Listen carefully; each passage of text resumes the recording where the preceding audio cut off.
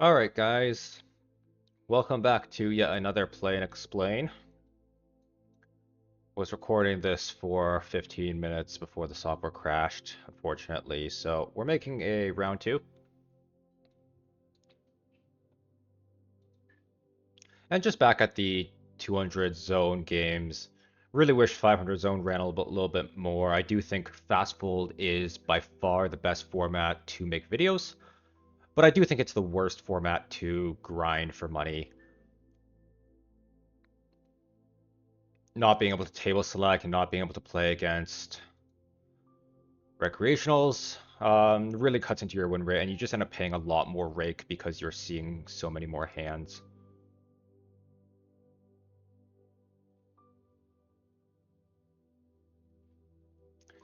I would record a play and explain with just regular tables, but unfortunately what that would look like is just like 5 minutes of downtime between each hand.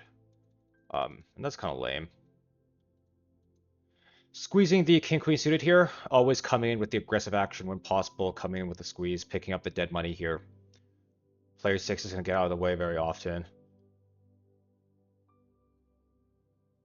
And versus the 4-bet from player 5 here, king queen suited is strong enough to continue with a call, although we are continuing very cautiously.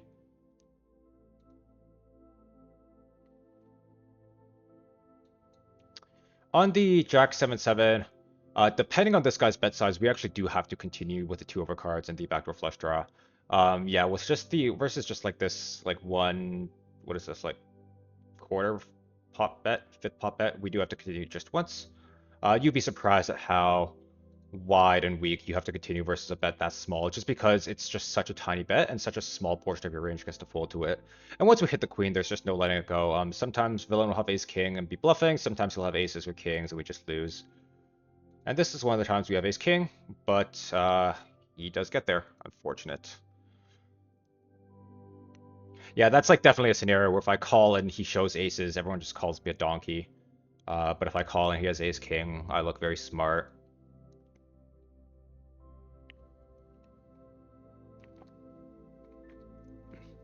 If you call and they have an overpair, they're like, like he's never bluffing. But then if you call and he has bluff, it's like, you're such a genius. You just like soul read this guy. Yeah. It's shocking how results oriented people are. But I suppose that's what keeps poker alive. And here versus the jam, ace queen's just a fold. And versus the squeeze, queens is actually just a call, hijack versus big blind. Not 4-betting queens here in the hijack. Cutoff or button, it's strong enough to start 4-betting, but not hijack big blind. Versus 1/3, we don't get to fold just yet, especially with the club. We'll be seeing the turn, and now that we've turned the club, we'll be seeing a river as well. Facing the check, queens is a very clear check back. The hands that we would start bluffing here are stuff like pocket 7s, pocket 6s with a club, pocket 5s with a club. Those hands would go bet, turn, shove, river. But with this combo, it's just very clear check back. We have the best hand a decent amount of the time here.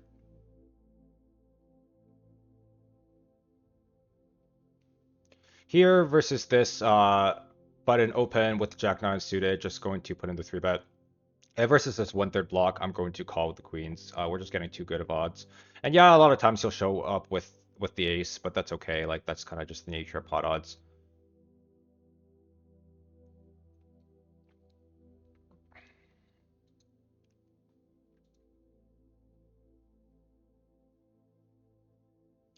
Aces always go off to a good start. Yeah, versus cutoff open, we'll just be calling. I'm just kidding, guys. Of course, we'll be 3-betting with the aces. Yeah, just 3-betting the aces. Happy getting it in.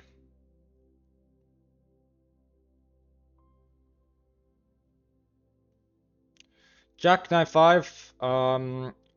Half pot or 1/3 c-bet is fine here, but you just have to be consistent with whatever size you use. Like, you can't just be going half when you have big or like 1/3 when you don't have it. Like, pick a size and just use that with all your hands. Versus this raise, just gonna call. Not too worried about protection on the turn with the club. Without the club, I would just shove, and yeah, versus the shove, we just get it in. Run into a set this time. Not off to a great start, guys. This play and explain has cost me $400. It's getting pretty expensive per video.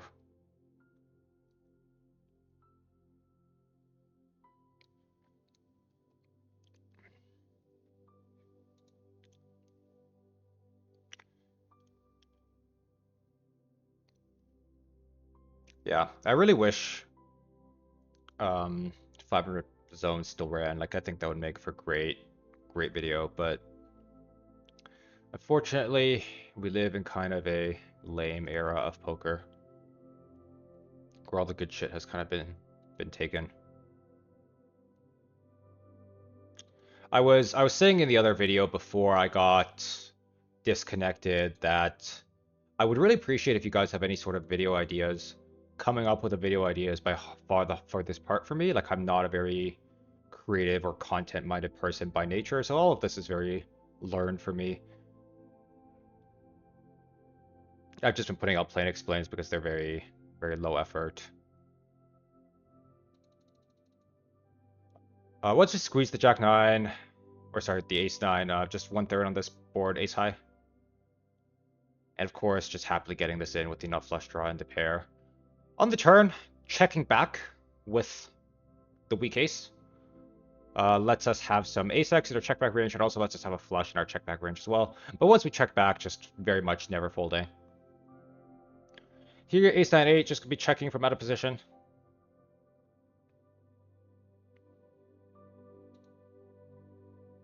Facing another check, just gonna go for the value bet.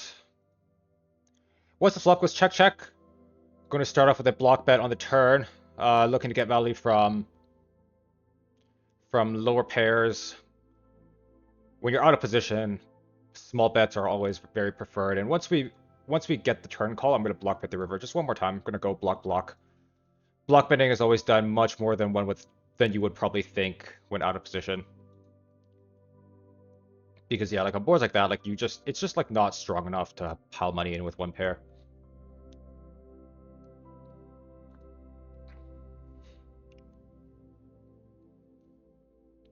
King Jack going to be opening.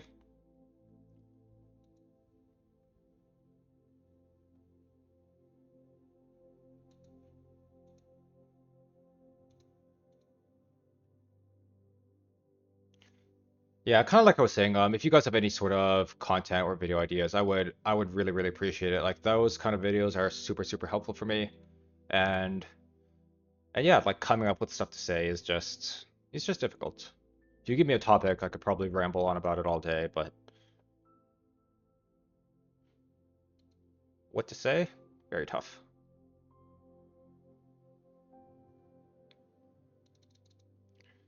Cutoff button. Queen 9 is a 3-bet, but like it's only a 3-bet cutoff button. And small blind button ace, or sorry, 10-8 suited is a 3-bet as well. Folding the Queen 9 to the 4-bet. Here, just starting off very small with pretty much our entire range.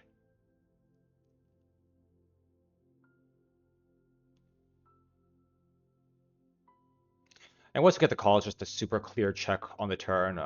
Very clear check, looking to check call.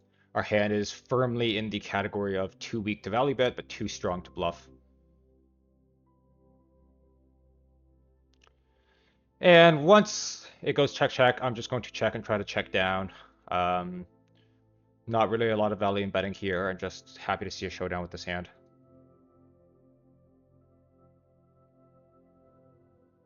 Tens will be very happily putting in the 3-bet.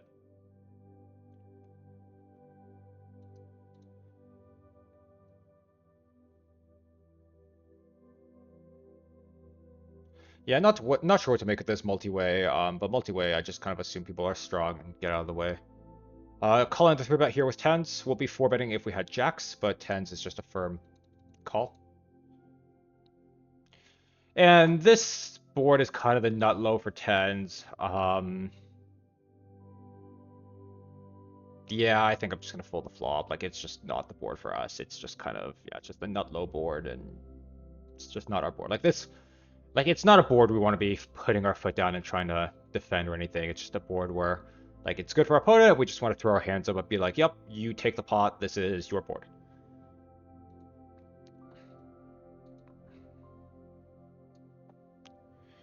the surest way to lose every time is trying to win every time. Not knowing when to just let things go and when to pick your battles.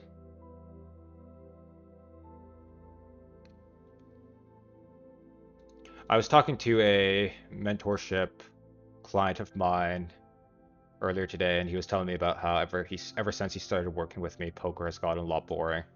And I didn't even know what to say. I was just like, "Yep, that's true." Um, my job is to help you make money, not to help you have more fun. And so if you don't get fun from seeing the number go up, well, I don't know what to tell you. But that is kind of the unfortunate reality is that good poker probably isn't fun poker. It's just playing solid, being reasonable, waiting for good hands. I think I think a lot of people just fundamentally cannot stand being bored in poker. Um, you see it all the time with people who are just like even regs who are just kind of like 8 tabling or 10 tabling, like trying to pack as much volume and action and dopamine in as possible, and that's just not a good formula. Like those people usually aren't really winning because how can you make good, solid, insightful decisions when you're thinking about 20 things a minute? It just doesn't work.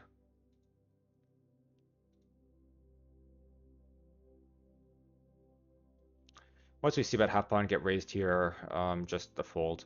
If we had a club, I would actually continue. If we had like the ace of clubs or the jack of clubs, I would actually look to continue, but not without the club. It's just a little bit too weak.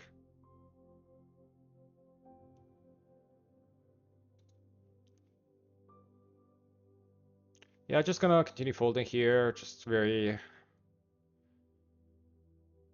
straightforward.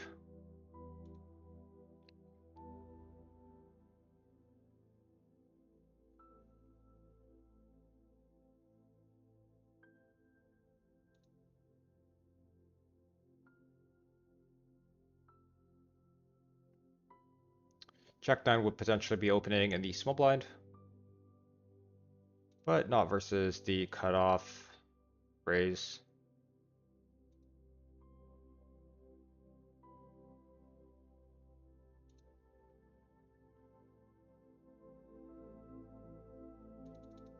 Yeah, just raising this one up.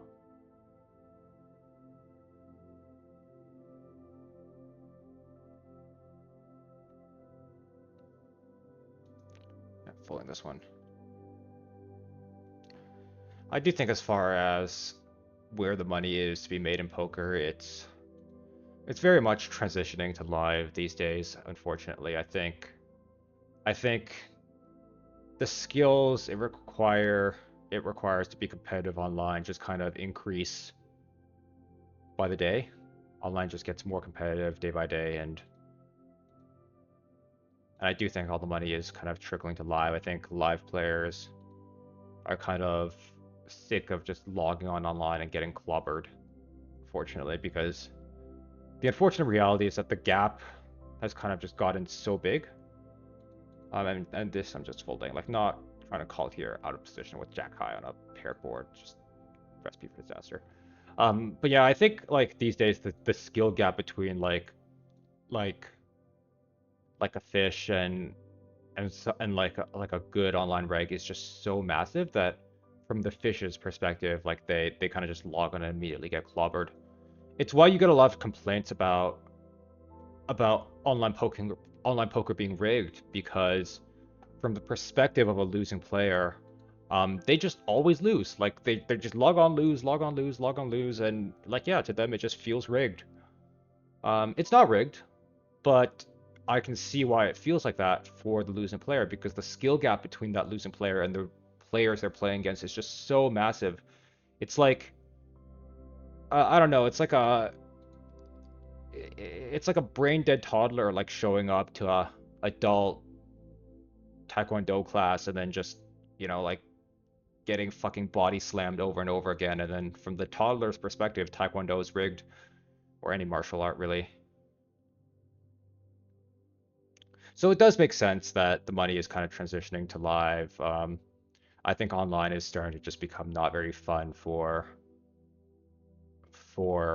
degens because yeah, like there's no up and down rush of winning really. It's just kind of losing 90% of the time, which is very unfortunate. I'm going for the small bet here, even multi-way. Just being in absolute position to everyone lets us leverage future streets very effectively, but versus the small raise, like just nothing we can do here and just letting it go.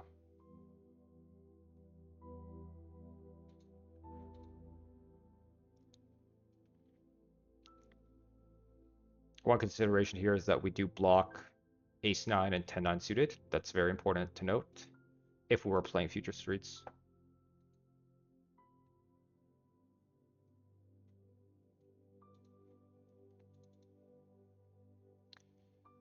If you're a player looking to come up in poker these days, I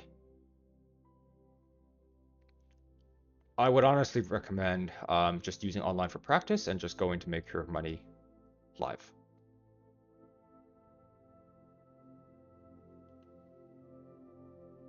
Like the thought of grinding it up from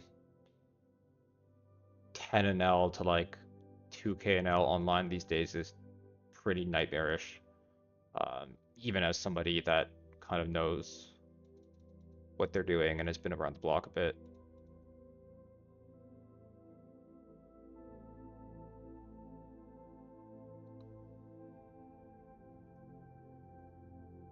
But yeah.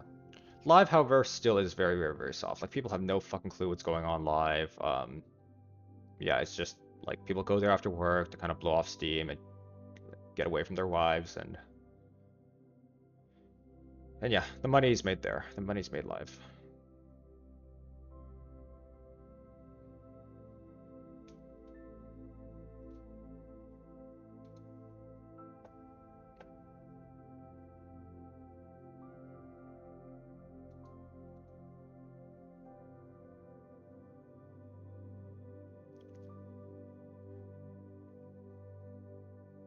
A friend of mine has been considering hiring a coach, um, and he's in talks with this one guy. Yeah, like he's in talks with this one guy, and like when he's asking this guy for his graphs, his like online results, like the guy just like keeps like kind of dodging the question. Like they've had a couple of meetings to discuss like potentially working together in the long term. Yeah, and like this coach has just like not produced any sort of reasonable graph and when I searched his win rate when I searched his win rate and playing history on GG Poker Up, it was just like nil. Like just doesn't play and just kind of has no volume, no win rate. Um, and yeah, just very, very, very suspicious. If you're looking to work with anybody, I would always say the first thing you want to ask for is a graph. Always, always, always get some sort of graph, even if it's like a little old, like even if it's like a year old or like 2 years old, like you want to see something, man. Like you don't want to kind of just be throwing 10,000 plus dollars at somebody who just won't even show you a graph and kind of gives you the runaround. Um, yeah, unfortunately, there are a lot of people who kind of make their money mostly from coaching and secondly from playing. And that, yeah, that's just really unfortunate, and I don't really know what to say. Just continue checking here. Check, check, check, check. The board's bad for us. It's really good for the small blind. Um, for one big blind. Okay, for one big blind, I'll flick it in. Flick it in for one big blind. $2. Enjoy your McDonald's fries, sir. But yeah, like if you're considering working with someone, the things I would recommend to look out for is one, having a good graph, definitely like recent results. And as well, you want somebody that has like a program in mind. Like you don't want someone that's just gonna kind of like haphazardly look through your database and just like randomly talk about spots and just like figures out what he's gonna talk about with you 30 minutes before the call.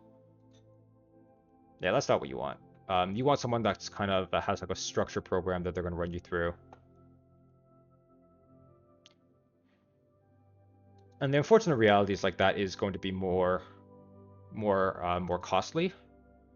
A lot of people try to just cheap out on poker coaching, which is kind of absurd to me because like you're either spending what like 5K or 10K like learning from someone, or you're losing that at the poker tables trying to learn. Like that money is leaving you no matter what. So you might as well kind of like take the fast route there and save yourself a lot of pain. Unfortunately, I think the days where somebody can just run it up from nothing to high stakes with no help is kind of over. Here, actually betting on the turn with the spade and checking without the spade. A lot of people get this wrong. A lot of people get this wrong where they bet without the spade for protection and check with the spade because they don't need protection, but it's actually the opposite. You actually just want to bet the spade because you have more equity straight up. Um, and just firing the river here, trying to get called by hands like ace queen, queen 10, king queen.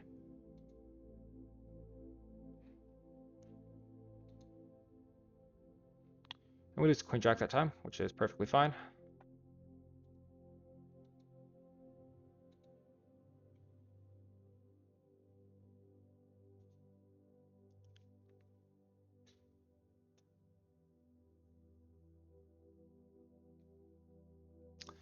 But yeah, like not gonna name any names, but there's a lot of people out there who claim to offer coaching, who aren't even actively playing anymore, who can't produce a winning sample from the last year or two, um, who just yeah, who play just like no volume at all, and somehow they're able to get coaching clients. How I have honest to God no idea, but yeah, definitely look out for that.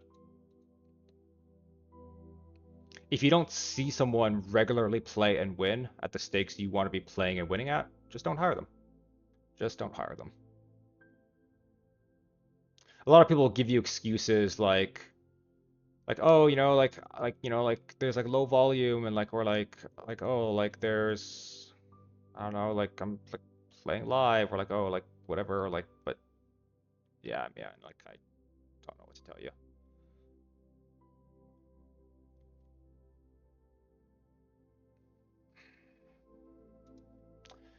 Here versus track raising versus folding like we have a gutter but it's like kind of like a bad implied like it's kind of a shitty under gutter and so just not like a continue there. Nines will be three betting.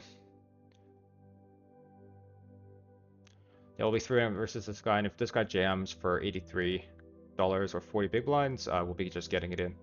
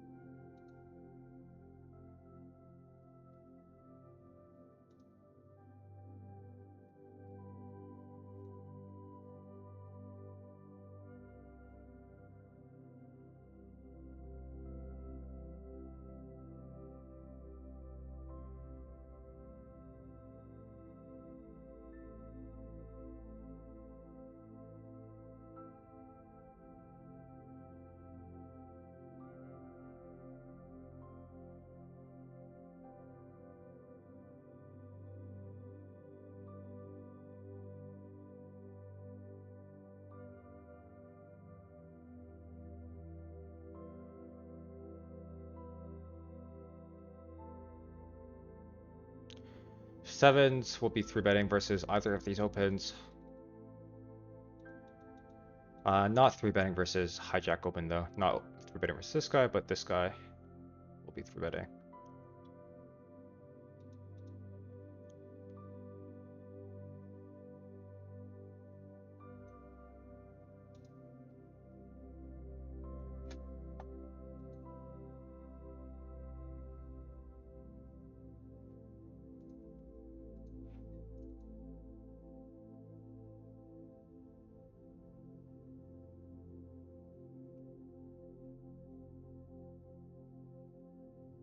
All right.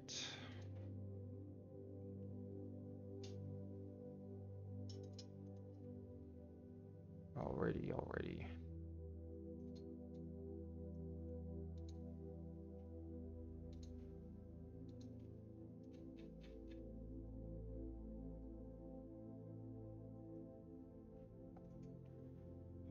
Okay. So this will be defending multi-way.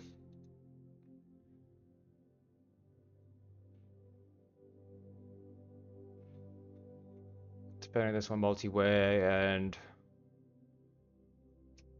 on the turn here, once it goes check, this board is just exceptionally good for us as the big blind, with the 7 being straight. So on a board that's exceptionally good for us, I'm just going to attack and bet small. And just following through on the river here with another block bet, just trying to get folds from random pairs. I don't expect this to get through very often, but we don't need it to get through very often. And once this guy just goes for the min click, we can just let go.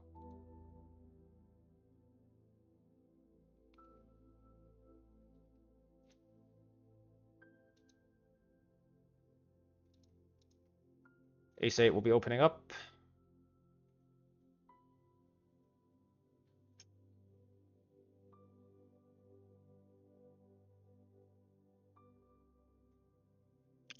Just folding to the raise here.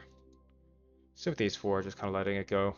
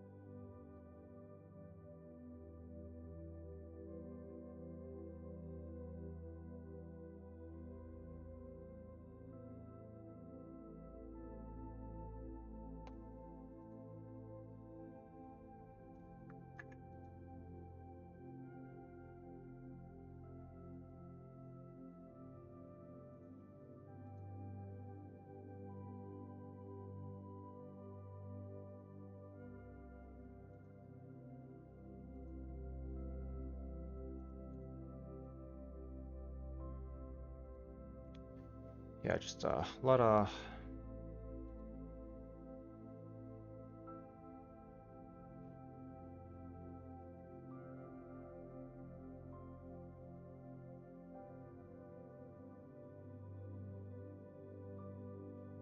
just folding. Very simple.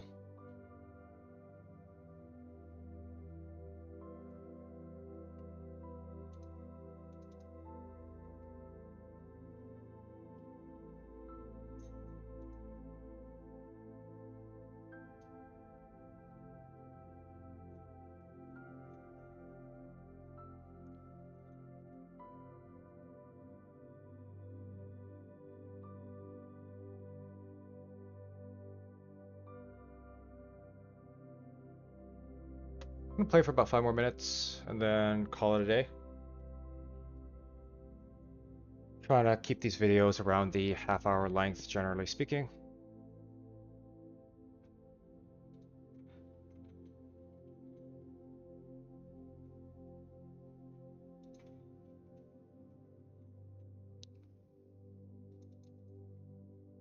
Six, 7, great candidate to start raising from the small blind. So we'll be doing just that. And King 10 is just a I know they're gonna open. We'll be looking to 4-bet this, facing 3-bet.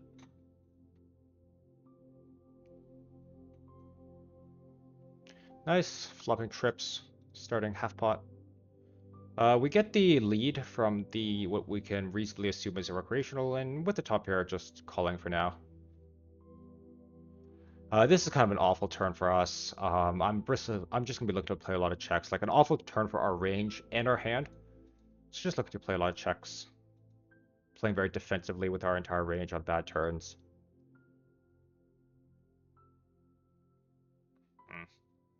Not thrilled. Not thrilled. Not thrilled. Okay, so just checking this one with the 6-7, and I think here facing the triple barrel with the 10. Um, just going to fold on the 4 straight. Any other river I probably would have called down, but 4 straight just gets a little too dicey.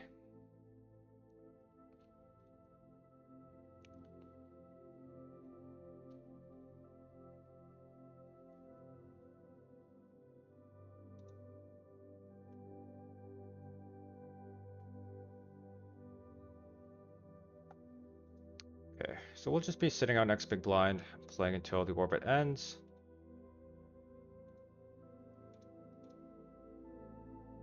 Ace 5, pretty straightforward defend.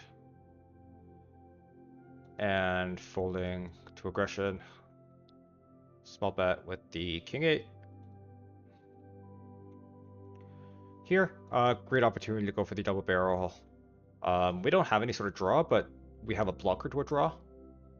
And that's really all we need to double barrel. We want to be double barreling very aggressively, and generally speaking, going for this small overbet. A hand like this will be able to triple barrel on any sort of heart run out, or any run out where 8-9 the straight completes.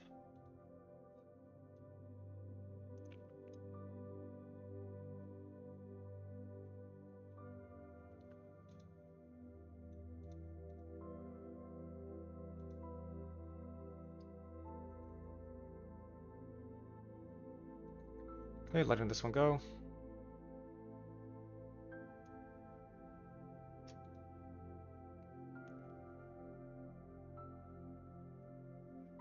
Okay, perfect. Well, tune in next time, guys.